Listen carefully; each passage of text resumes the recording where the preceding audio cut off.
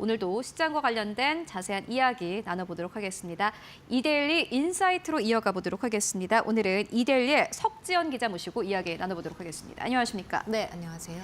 네, 오늘도 바이오와 관련된 이야기 좀 해볼 텐데 오늘은 카이노스 매도와 관련된 이야기 해보도록 하겠습니다. 관리 종목 지정 리스크를 현재 턴 기업이고요. 보니까 글로벌 투자기관에서 자금 조달에 성공한 것으로 확인이 됐습니다.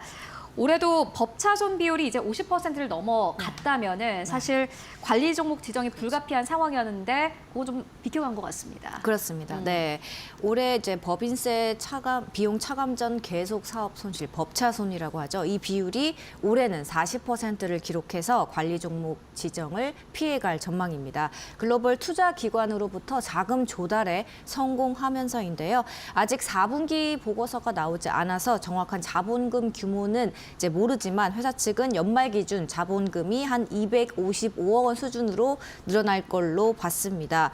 카이노스의 올해 3분기 누적 법차손 규모가 약 80억 원이라는 점을 고려하면 이제 잘하면 이제 4분기에는 100억 원대 초반 정도가 나올 것 같거든요.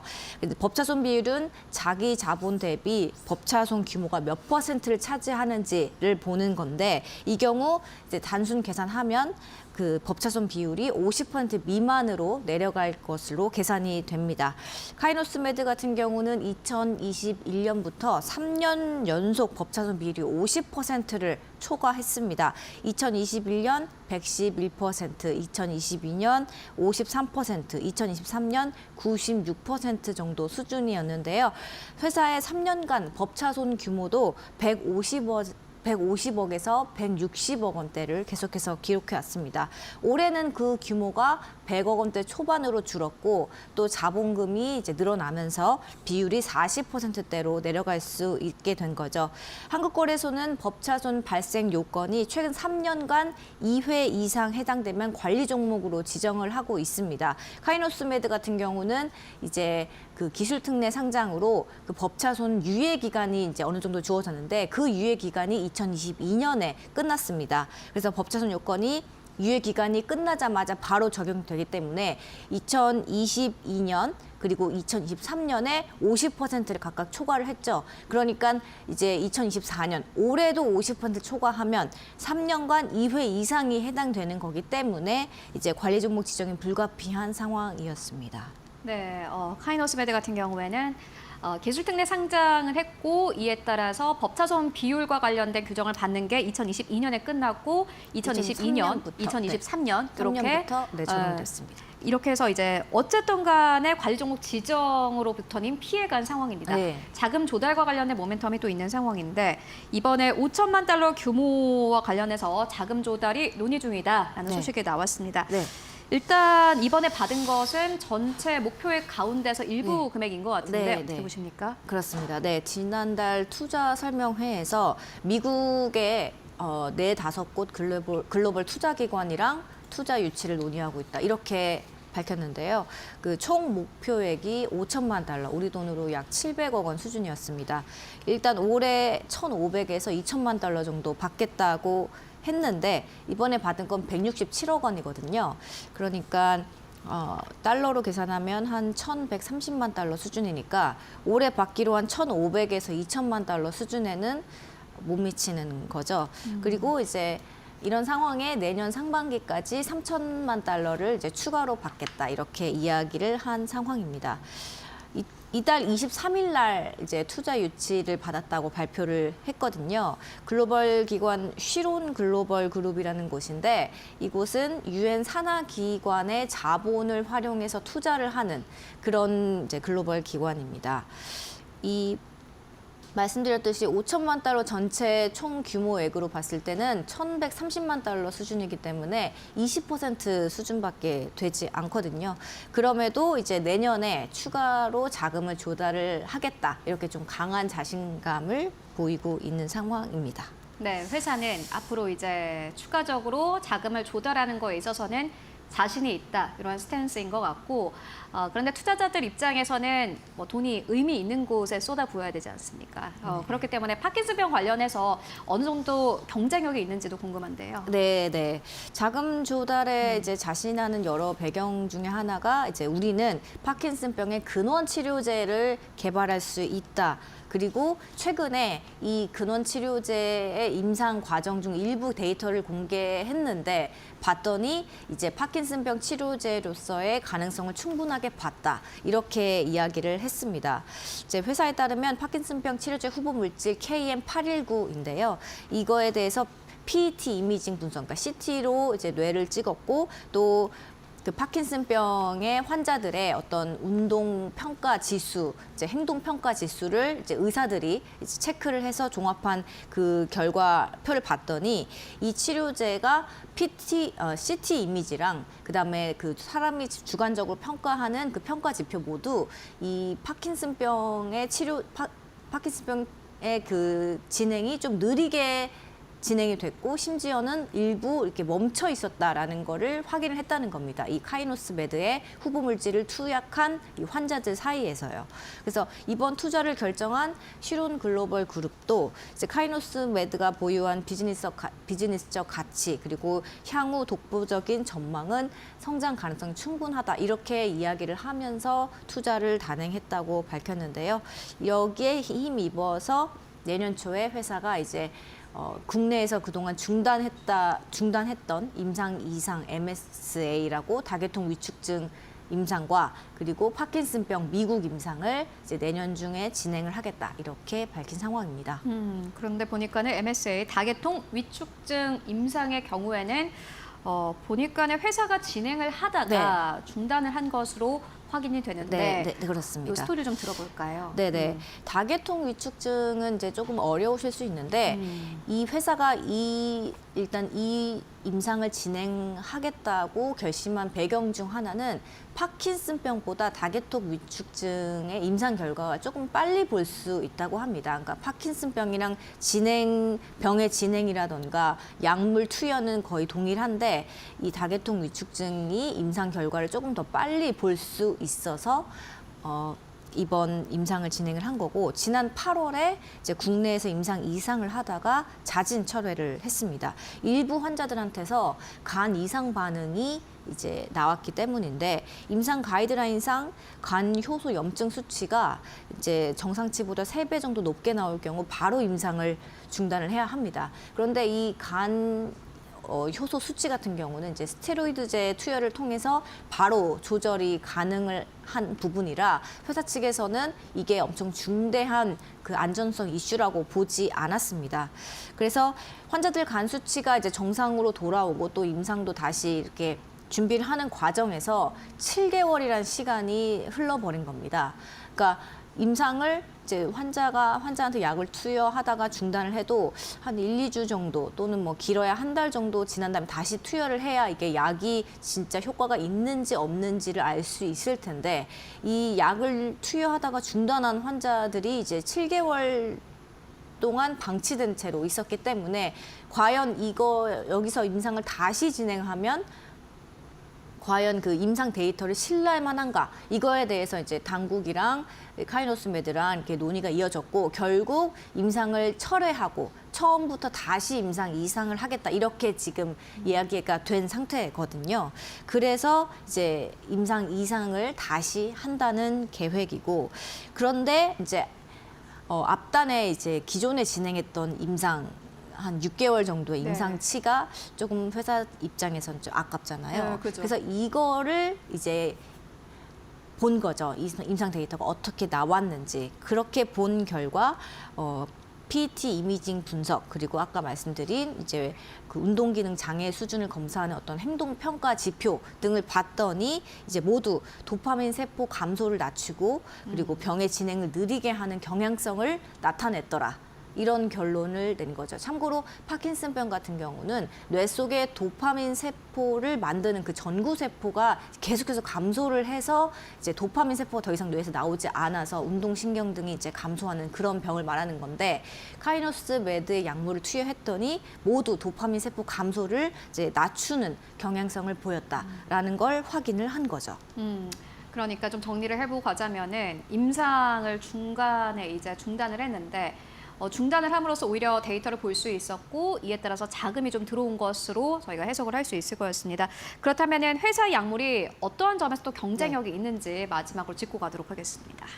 네, KM819는 그 파킨슨병 주범으로 알려진 알파 시누클레인이라는 그 단백질을 조절하는 그 약간 상위 개념의 그 파푸원 단백질을 타깃합니다. 그러니까 지금 대부분 개발되고 있는 치료제들은 그 알파 시누클레인을 타깃하거든요.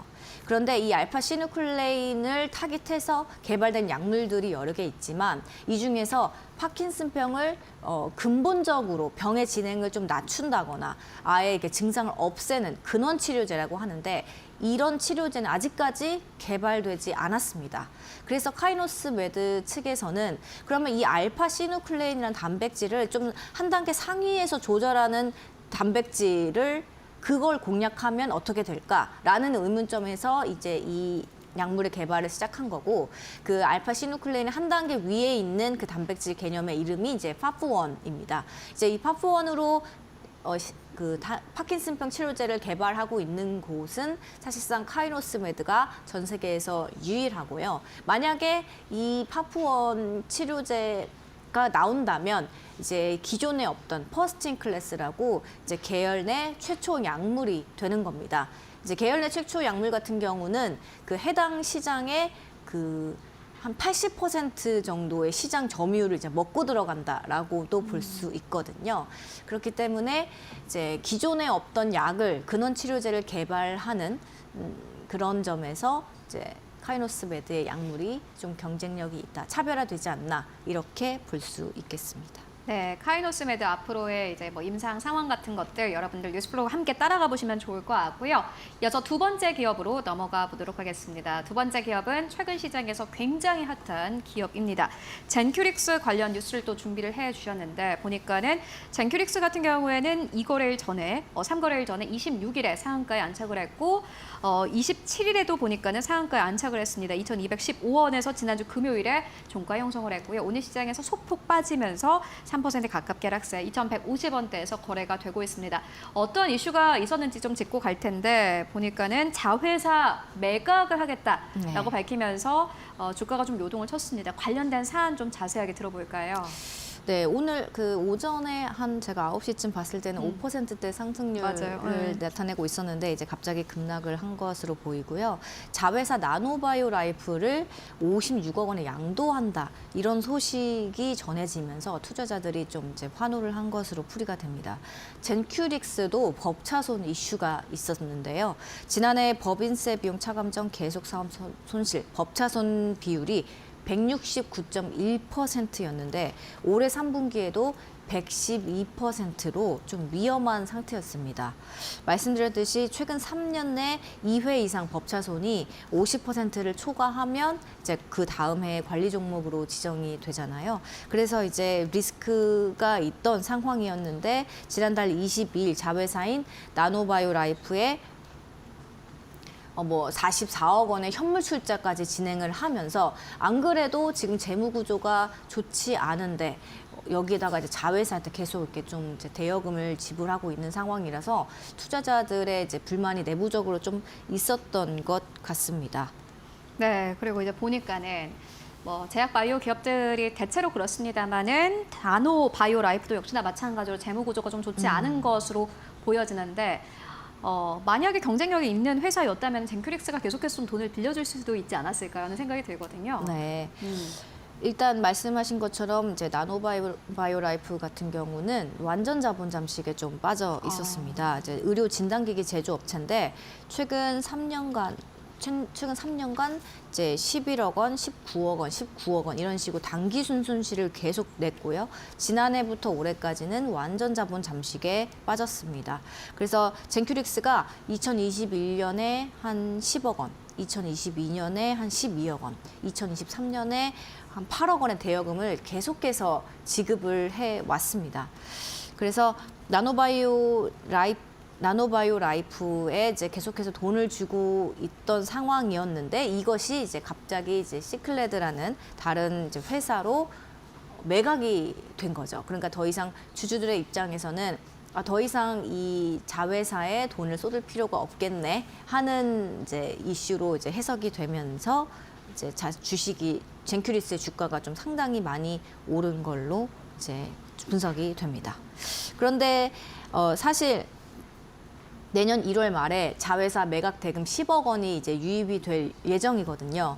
그런데 10억 원으로는 사실 지금 현금성 자산이 3억 원이고 거기다 뭐 10억 원이 들어온다고 해서 이게 바로 지금 재무 구조가 바로 개선될 그런 여지는 사실 좀 없고요. 그렇기 때문에 추가적인 현금 조달이 좀 필요할 수 있습니다. 이에 대해서 이제 젠큐릭스는 연내 이제 전략적 투자자랑 이제 파트너십을 통해서 또 이제 추가 자본을 조달하겠다 이렇게 밝힌 상태입니다. 매각을 해도 사실 자회사를 매각을 해도 시장에서는 두 번의 상한가가 있긴 했습니다만은 재무 구조로 바로 뭔가 개선이 되는 것은 아니고 앞으로 자금 조달을 계속해 나갈 것이다라는 그러한 계획을 밝힌 상황입니다. 그런데 최근에 이제 신규 상장되는 제약 바이오주들의 흐름을 보면은 물론 상장 당일에는 주가 흐름이 괜찮습니다만은 그 다음 날부터 주가 흐름 자체가 좋지 않습니다. 어떻게 보십니까? 네, 온코크로스랑 파인메딕스가 이달 각각 이제 18일, 26일 날 상장을 했는데요. 지난주 금요일 기준으로 한 10%씩 급락을 하면서 약세를 나타냈습니다. 20일에 상장한 듀캠 바이오라는 곳도 5.42%, 그리고 19일에 상장한 온코테라퓨틱스 같은 경우도 4.67% 이제 각각 지난주에 하락을 하면서 약세를 다 나타냈습니다. 그래서 이제 상장 첫날에는 대부분 의료기기나 헬스케어, 바이오 주식이 좀 강세를 보이지만 그다음부터는 주가가 하락하는 추세가 지금 좀 뚜렷하게 나타나고 있는데요. 아무래도 이제 국내 증시에 대한 어떤 투자 심리가 좀 부진했던 상황에다가 최근 이제 계엄 사태로 정치적 불확실성까지 좀 더해지면서 기업 공개 시장이 사실상 얼어붙은 거 아니냐 이런 분석이 나오고 있습니다. 인공지능 그 플랫폼 업체 온코크로스 같은 경우는 상장 첫날 공모가가 7,300원이었는데 22.74%까지 올랐었거든요. 그리고 이제 주가가 뭐 한때 97.95%까지 이제 오르기도 하면서 이제 상당히 첫날에는 강세를 보였는데 주가 다음 날부터 6거래일 연속 하락을 지속하는 이제 모습입니다. 듀캠바이오 같은 경우도 상장 첫날 장중 한때 76%까지 올랐지만 뭐 2거래일 연속 하락하다가 지난 26일에는 뭐 잠깐 올랐고 그리고 다시 금요일에는 이제 5% 가까이 하락을 했고 뭐 지금 현재는 지금 공모가랑 근접한 상황이다 이렇게 이해를 하시면 될 것 같습니다. 온코닉 테라퓨틱스 같은 경우는 상장 첫날에 코스닥 지수가 한 1.89%, 2% 가까이 급락한 상태였는데도 이제 장중 한때 더블이라고 26,100원까지 올랐습니다. 공모가가 13,000원이었는데 이제 공모가의 더블을 기록하기도 했지만 그 다음 날까지도 이제 회사 주가는 좋았지만 24일부터는 3거래일 연속 하락을 하면서 이제 종가는 15,700원대로 그때 당시에 마감을 했었습니다. 이 정도로. 네, 알겠습니다. 온코닉 테라퓨틱스까지 만나보고 왔습니다. 사실 제약 바이오만 뭐 급등락이 있다라기보다는 최근 한국 증시 자체가 좀 변동성이 커지고 있는 상황이고요. 특히나 실적에 지금으로서 민감할 수밖에 없는 상황인데 재무 구조가 안 좋은 제약 바이오 쪽은 특히나 급등락이 좀 심한 상황입니다. 앞으로 뉴스플로우에 따라서 주가를 함께 확인해 보시면 좋을 것 같습니다. 네, 지금까지 석지영 기자와 함께 이야기 나눠봤습니다. 말씀 고맙습니다. 네, 감사합니다.